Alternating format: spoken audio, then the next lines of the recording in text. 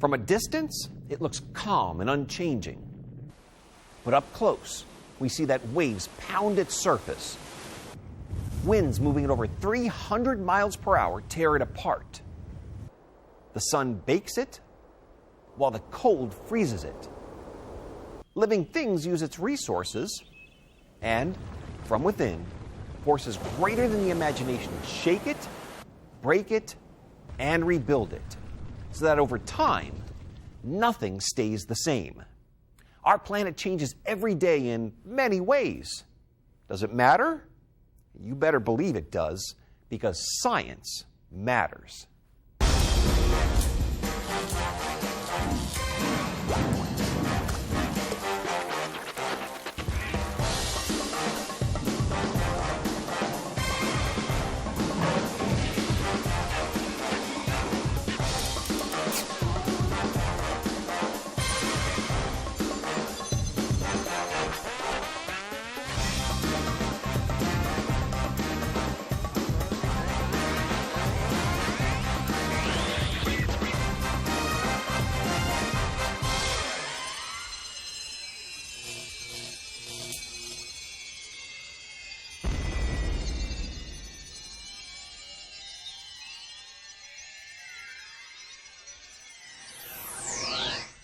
Welcome to Science Matters. I'm your host, Mike Moscatello. Many changes happen to the Earth over time because of natural processes. Changes happen every day as forces above the Earth shape and reshape the landscape. But many of the most dramatic changes are caused by the Earth to itself, from the inside out. A great deal of the Earth, inside and out, is made of rock. Much of the Earth's surface, or crust, is made of solid rock. The crust extends over 40 miles down in some places. This sounds pretty deep, but it pales in comparison to what's below it. Most of the rock that makes up the Earth is molten or melted and found inside the Earth below the crust. It gets pretty hot down there, thousands of degrees hot. Thousands of degrees of hot, scorching, sticky, melted rock. We call it magma, a thick, slow-moving mixture of liquid rock, minerals, and dissolved gases. Magma is found in an area below the crust called the mantle. The mantle is nearly 1,800 miles thick, but doesn't go all the way to the Earth's center. The closer you get to the center of the Earth, the hotter it gets. The Earth's core is made of iron. The inner core is solid iron, softening to liquid iron in the outer core. Together, the inner and outer core have a radius of over 2,000 miles. Since the inner core is much hotter than the outer core, it seems like both areas should be liquid. But this is not the case. Intense pressure from Earth's gravity squeezes the hot iron on all sides, causing the inner core to form a solid mass of iron. We've never been to the Earth's inner core, so how do we know what it's made of? Well, the Earth is magnetic, and iron is a substance easily magnetized. We've supposed that any planet with a magnetic field must have an iron core. This is what makes a compass point north and south. And this is also how we know the Earth has an iron core. The hot core of the Earth heats the magma in the mantle surrounding it. When the magma heats up, it begins to move towards the Earth's surface for the same reason that a hot air balloon rises: expansion. Heated magma expands and becomes less dense. It gets pushed up as cooler, more dense magma moves in to take its place. This heating and cooling process is known as convection, which causes the magma to move in patterns. This moving magma below the Earth's crust causes things to shift around up above it. The Earth's crust is not one solid mass of rock. It's broken up into separate areas called plates that move around slowly on top of the liquid magma below. In some places, heat convection in the mantle causes magma to move plates away from one another. These are called divergent plate boundaries. Often, magma will flow from these types of boundaries, forming long underwater ridges. In other places, plates move toward one another. These are called convergent plate boundaries that can cause mountains to build up and deep ocean trenches to form. Sometimes plates that make up the Earth's crust slide along one another. This is called a transform plate boundary.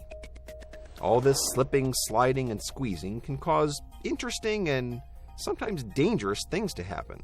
Earthquakes, volcanoes, tidal waves. Also associated with mantle convection, but a bit less devastating, is the rock cycle. When hot liquid magma comes out of the Earth's crust, we call it lava. Lava cools and hardens into a type of rock called igneous rock. Eventually, igneous rock is broken down by forces like wind and rain. This forms sediment that settles in low-lying areas. The sediment gets compressed, cementing itself together and forming sedimentary rock. Over time, heat and pressure cause sedimentary rock to go through a metamorphosis or change, creating metamorphic rock. Rock is then shifted down into the Earth's mantle near plate boundaries where it's melted back into liquid magma. And then convection takes hold and the process starts all over again. This is how the rock cycle works. Makes it interesting to think a rock you pick up may once have been a hot, molten liquid. The movement of plates due to mantle convection is called plate tectonics. Scientists believe, millions of years ago, all the continents used to be part of one supercontinent called Pangaea. Over time, heat convection in the mantle caused plates to move and shift, in turn causing Pangaea to slowly split apart. This is sometimes referred to as continental drift. Even today, North and South America are being pushed away from Europe and Africa as divergent plate boundaries push away from one another. This happens at about the speed your fingernails grow, provided you let them grow. Whether it's building up or breaking down, our planet is in a constant state of change, much of it fueled from deep within. Many of the changes we see happening to the world around us are caused by forces from within the Earth. But changes also happen due to forces acting from the outside. Usually these forces don't do much in the way of building up the Earth's crust, but they're pretty good at breaking it down. What's the weather like today? Sunny? Rainy? Windy? Depending on the conditions, different kinds of forces are at work breaking down the rock that makes up the Earth's crust. This is called physical weathering. The sun provides the energy for most physical weathering due to the way it heats the Earth's surface. Here's one example. The surface of the Earth absorbs light energy from the sun and begins to heat up.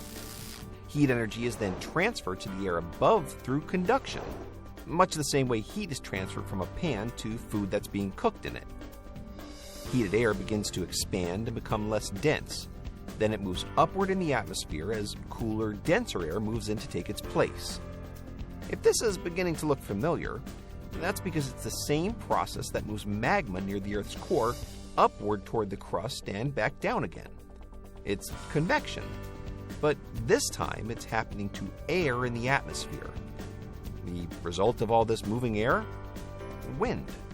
Depending on the conditions, wind can be rather weak or quite strong. Wind physically wears the Earth's surface. It carries debris that can chip away at various features. This is called wind erosion. Often, the wind carries water with it. Water is also responsible for a great deal of physical weathering. Waves of water pound on beaches, wearing down rocks and carrying sand away. This is called water erosion. Where do these waves come from? Well, unless it's a tidal wave caused by an earthquake, waves all start, once again, with energy from the sun. The sun heats the Earth's surface, causing wind.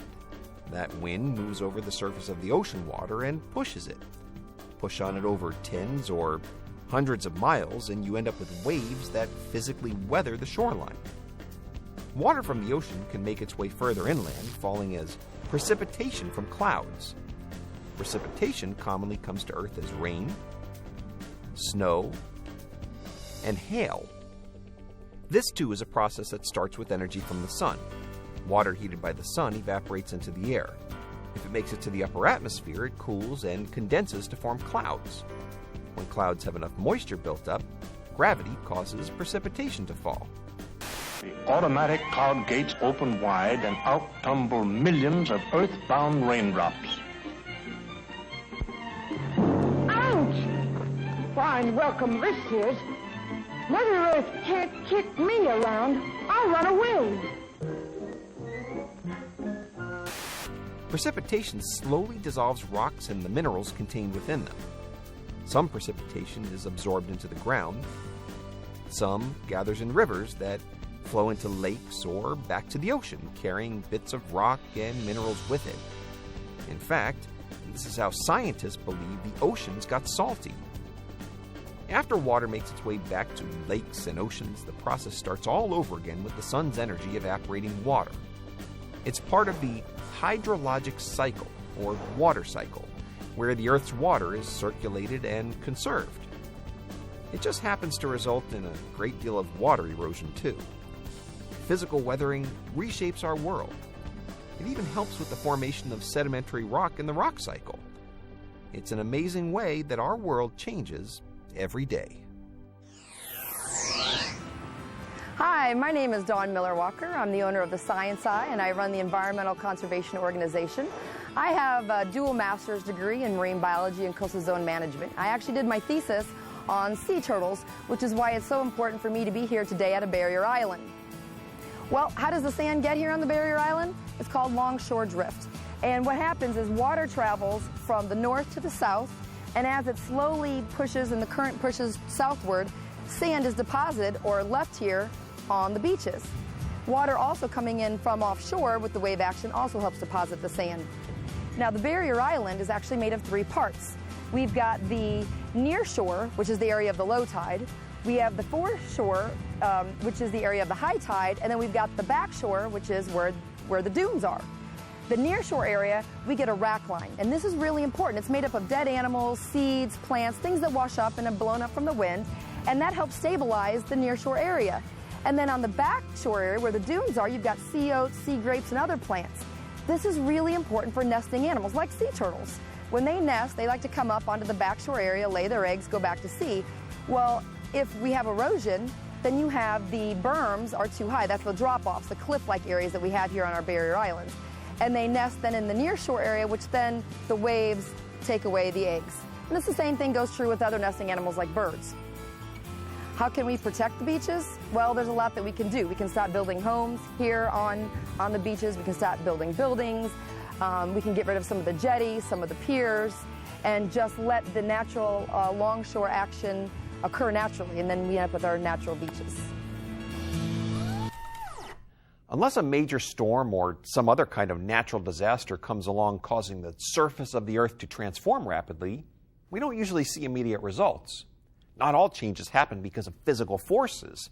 There are other kinds of changes that break down the Earth in major ways, but not by pounding away at it.